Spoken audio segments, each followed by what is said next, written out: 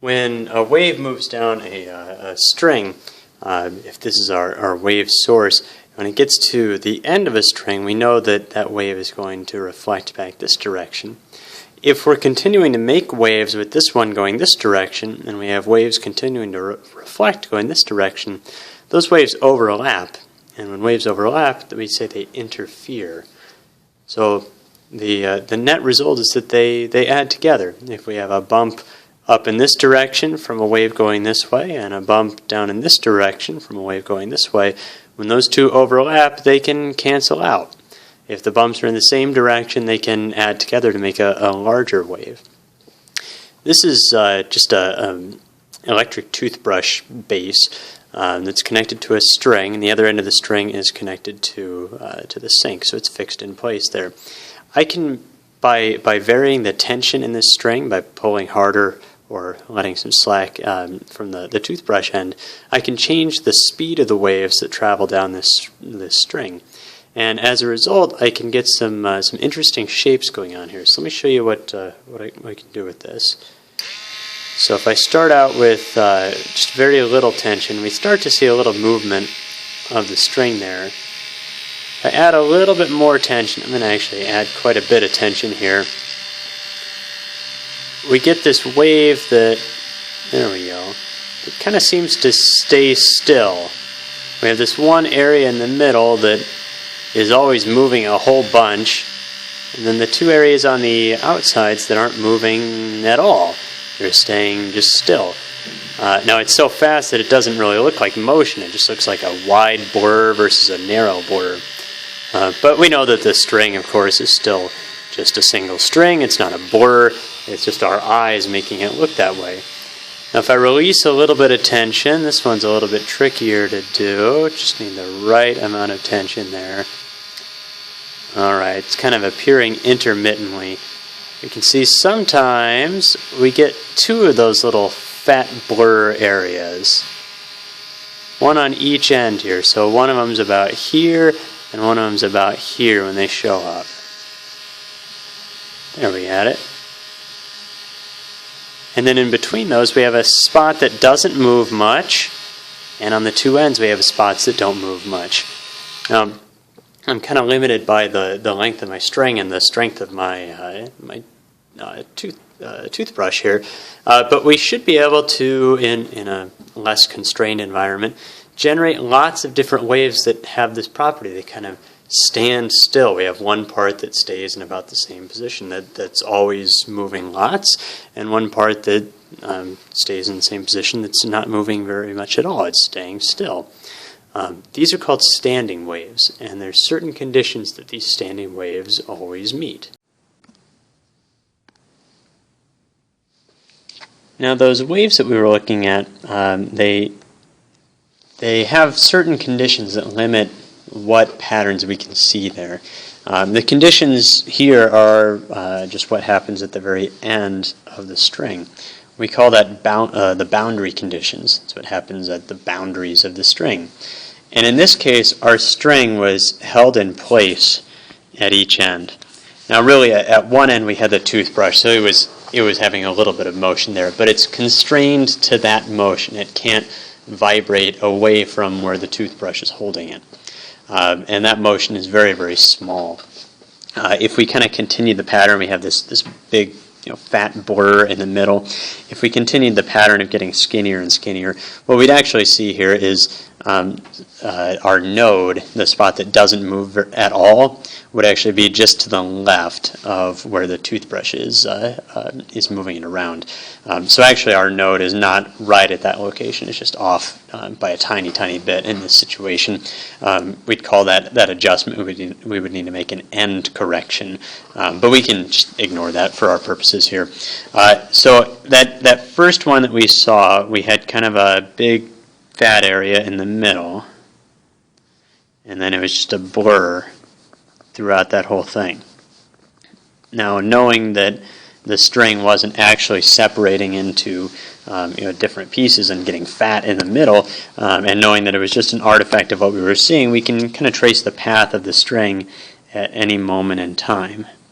something like this at one moment, and then some amount of time passes and the string would have this shape the next moment. And the next one that we saw, it had two of those kind of fat areas. And so we'd have like a spot in the middle here that isn't moving much at all, and spots at the end that aren't moving, and in between we've got these bumps. The area that's moving the most, by the way, we call that the antinode. It's the opposite of the node, which is the spot that's moving the least, or moving not at all. And again, we understand that the string has to be at one spot at each moment in time, and so if we watch the if we trace the path of that string, it might go like this, and then, well, at this point, does it make more sense for it to continue moving in the same direction, or to have a sudden bend right there and go back upward?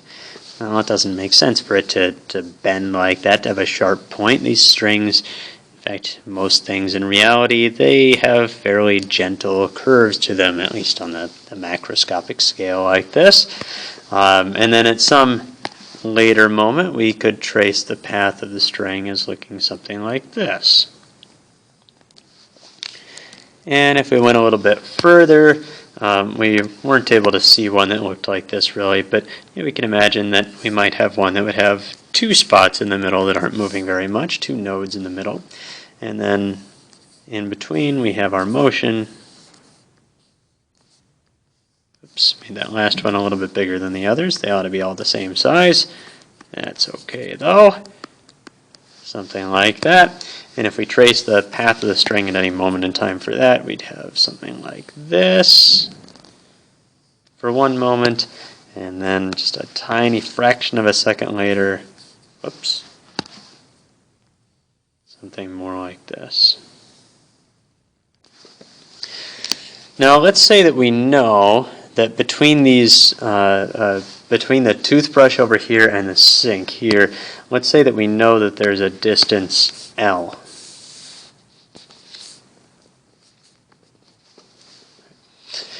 So with that information, we can kind of figure out some of the characteristics of our wave.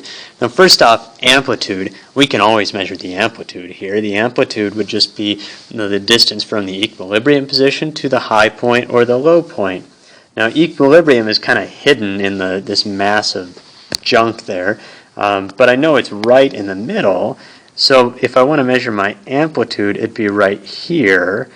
But it's probably easiest to measure this whole distance and then to have a value of 2 times the amplitude. Let me pull that out. 2 times the amplitude for that entire distance there. And then we can just divide that distance by 2 to get the amplitude. And then the wavelength is the length of a wave, or the distance before our wave starts to repeat itself. If we look down here, we see that we have a start at equilibrium, we have a bump upward, down back to equilibrium, a bump downward, up to equilibrium, and then a bump upward. That's the same thing we had here. So we have one cycle like this before it starts to repeat.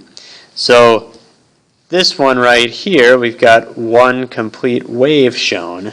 So I can write on this one that the wavelength is equal to L. And down here, I can see that I have one wavelength in this distance right here, from here to here, and that corresponds with, well, not a whole L, that looks like 2/3 of L.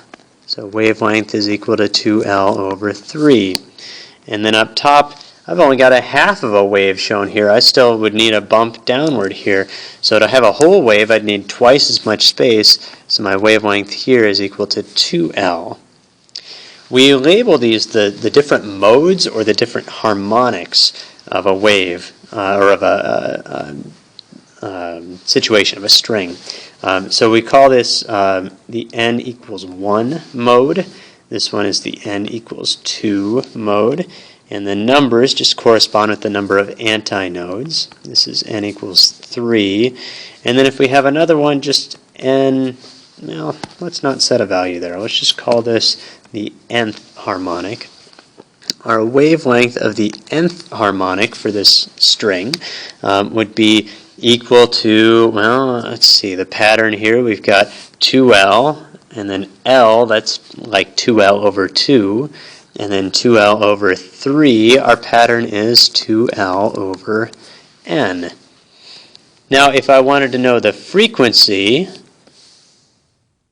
for each of these situations, I can calculate that using the wave equation. So the frequency, the wave equation V equals F lambda. So the frequency is equal to lambda divided by V. So here the frequency would be 2L over V, the wavelength divided by V. Here the frequency, this one is for the first harmonic, this one's for the second harmonic. The frequency would be L over V. Here the frequency, this is for the third harmonic, would be 2L over 3 over V, so that'd be 2L over 3V. Maybe it's helpful to write this one as 2L over 2V and 2L over 1V, and we can see our pattern here. The frequency for the nth harmonic is equal to 2L over NV.